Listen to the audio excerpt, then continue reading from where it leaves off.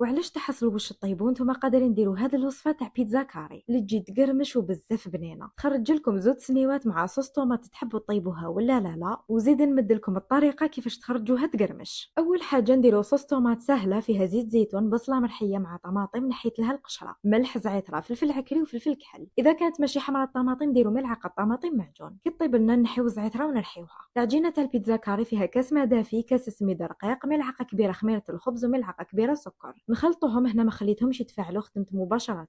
زدت نص كاس زيت نباتي ولا زيت زيتون، حبه بيضاء وكاس فرينه، نصف كيس خميره الحلويات وملعقه ملح، ملعقه كبيره خل، ونخلط كلش ونبقى نضيف الفرينه حتى تتكون معايا عجينه تتلاصق. نعجنها بيدي ولا بالبيترا ونخليوها تخمر. هنا كما قلت لكم الكميه تخرج لنا زوج سنيوات متوسطين في الحجم. ندهنوهم بالزيت ونرشوهم بالسميد باش تجينا القرمشه، ونزيدوا العجينه نحلوها رقيقه باش هكذا نضمنوا تجينا تقرمش. وحاجه باينه كي طيب لازم تكون النار عاليه والفرن مسخن مسبقا. نثقبوها بالفرشيطه، نديروا صوص طماطم، اللحم ولا الدجاج اذا كان بقى لكم في كاش مرقه، الطون، الزيتون، الفلفل الاعشاب عطريه ولا اي اضافات تحبوهم. ندخلوها طيب وشوفوا لي كيفاش تجيكم بزاف بنينه. تقدروا ديروا لها في الجوانب زيت زيتون ورشات معدنوس وتستمتعوا لي بالبنه.